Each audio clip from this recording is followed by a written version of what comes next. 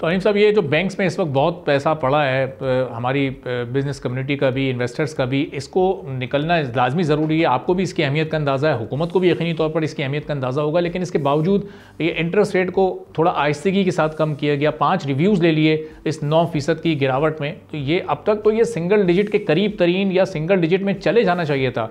बहुत ज़्यादा एक सेफ कॉशियस अप्रोच के साथ हुकूमत इस सिलसिले में आगे बढ़ रही है। इतनी एहतियात की क्या इस वक्त वजूहत आपकी समझ आती हैं? देखिए, मैं ये समझता हूँ कि अगर ग्रेजुअली एकदम कम करती है तो फिर हुकूमत को बड़ा अपना जवाब देना मुश्किल हो जाता है। वो जिस तरीके से हुकूमत लेकर चल रही है, गालिबन जितने भी हमारे जो कारोबारी लोग हैं वो सब उससे मुतमईन है, क्योंकि ग्रेजुअली 2.5%, 2%, 3% करके नीचे लेकर आ रही है। लेकिन अब जो 13% पे हम पहुंच चुके हैं, वो 13% से हम बहुत जल्द सिंगल डिजिट पे आ जाएंगे। और जब हम सिंगल डिजिट पे आ जाएंगे, और एक पॉलिसी और बन रही है गवर्नमेंट की कि 6% के ऊपर जो लोगों को ऊपर हाउसिंग इंडस्ट्री में दे दिया जाए।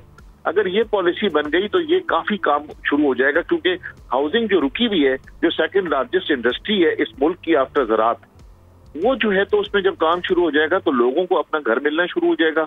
आज जो इंडस्ट्री, जो स्टील इंडस्ट्री जो है तो उस फुकदान का शिकार है, सीमेंट इंडस्ट्री भी परेशान है, बाकी जो 72 इंडस्ट्रियां, रेड इंडस्ट्रियां, वो सब की सब चलना शुरू हो जाएंगी। जब वो चलेंगी तो पहिया चल पड़ेगा इकोनॉमी का, जो इस वक्त मुंजमद हुआ है। सब्सक्राइब करें और बेल दबाएं ताकि कोई खबर रह न जाए।